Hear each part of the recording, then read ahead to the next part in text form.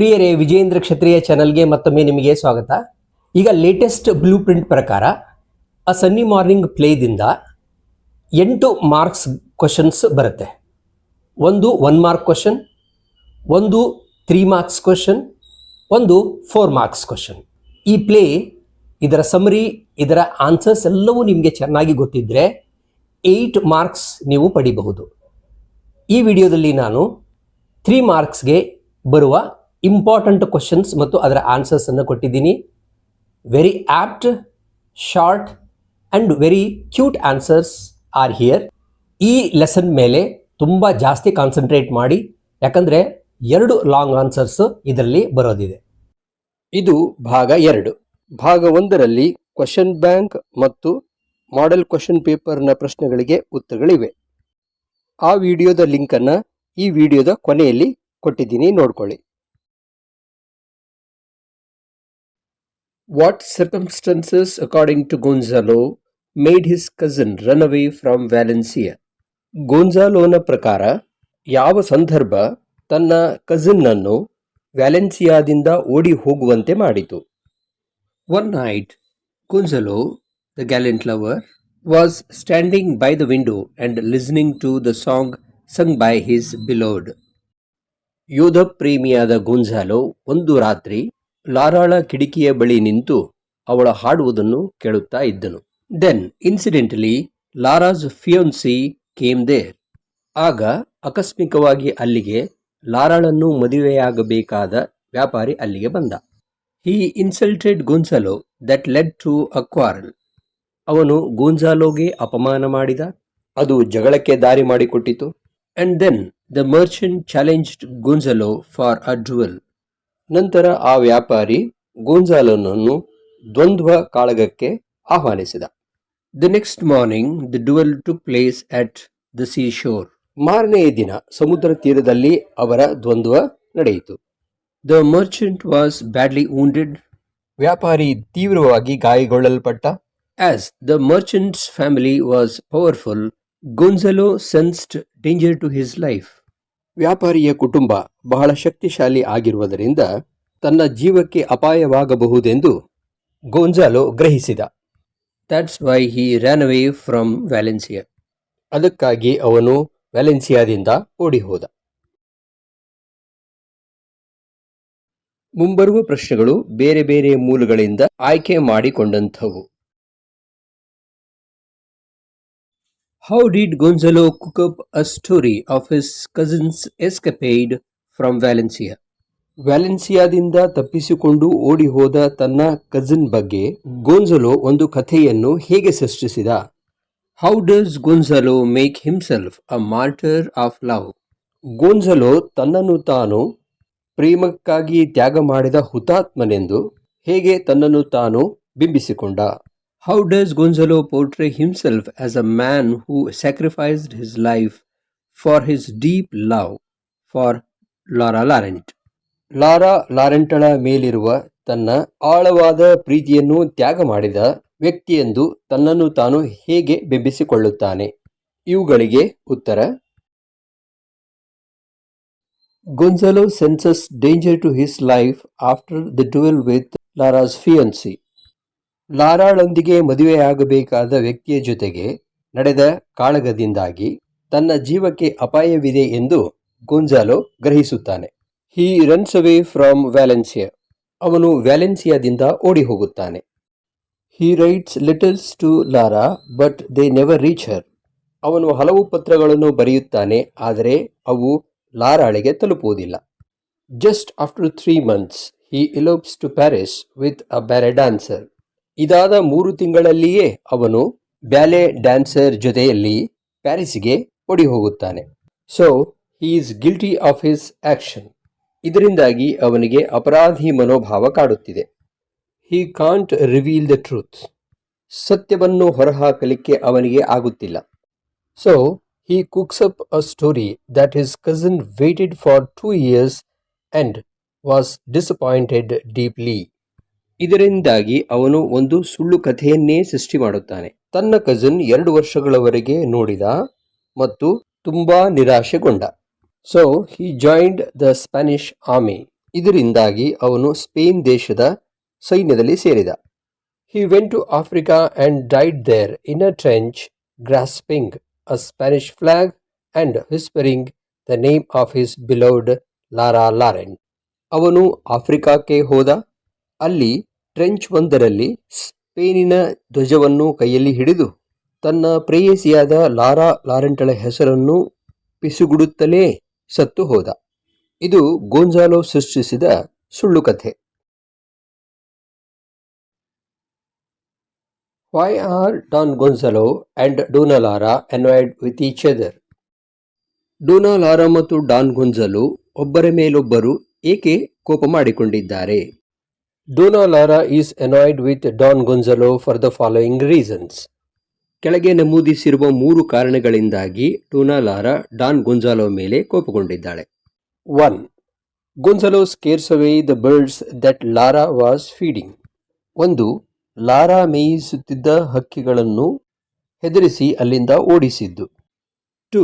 He shows ego by refusing to share a bench with a woman. 2. ತಾನು ಒಬ್ಬ ಮಹಿಳೆಯ ಜೊತೆ ಒಂದು ಬೆಂಚನ್ನು ಹಂಚಿಕೊಳ್ಳಲಾರೆ ಎಂದು ತನ್ನ ಸ್ವಪ್ರತಿಷ್ಠೆಯನ್ನು ಪ್ರದರ್ಶಿಸಿದ್ದು. 3. He says he doesn't care about the birds. 3. ಅವನು ಹಕ್ಕಿಗಳ ಬಗ್ಗೆ ಕಾಳಜಿ ತೋರಿಸದೇ ಇರುವುದು.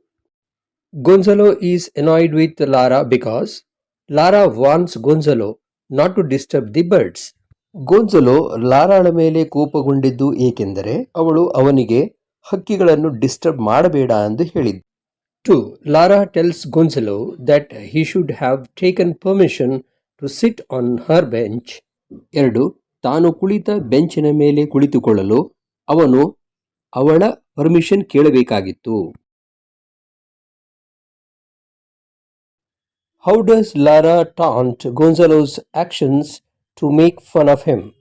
ಗೊಂಜಾಲೋ ಮಾಡುತ್ತಿದ್ದ ಆಕ್ಷನ್ಸ್ಗಳನ್ನು ಗೇಲಿ ಮಾಡಲು ಲಾರಾ ಹೇಗೆ ಎಕ್ಸಾಕ್ಟ್ಲಿ ಚುಚ್ಚು ಮಾತುಗಳನ್ನು ಹೇಳುತ್ತಾಳೆ.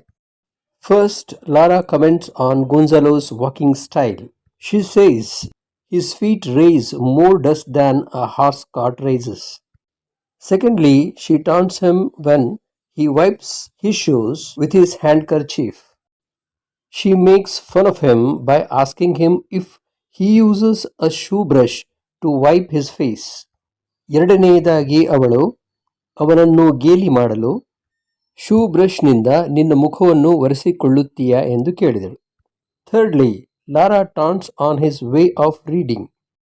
ಮೂರನೆಯದಾಗಿ ಅವಳು ಅವನು ಓದುವ ರೀತಿಯನ್ನು ಗೇಲಿ ಮಾಡುತ್ತಾಳೆ. She asks him if he uses a telescope for reading. ಓದುವುದಕ್ಕಾಗಿ ಅವನು ಟೆಲಿಸ್ಕೋಪ್ ಅನ್ನು ಬಳಸುತ್ತಾನೋ ಎಂದು ಕೇಳುತ್ತಾಳೆ.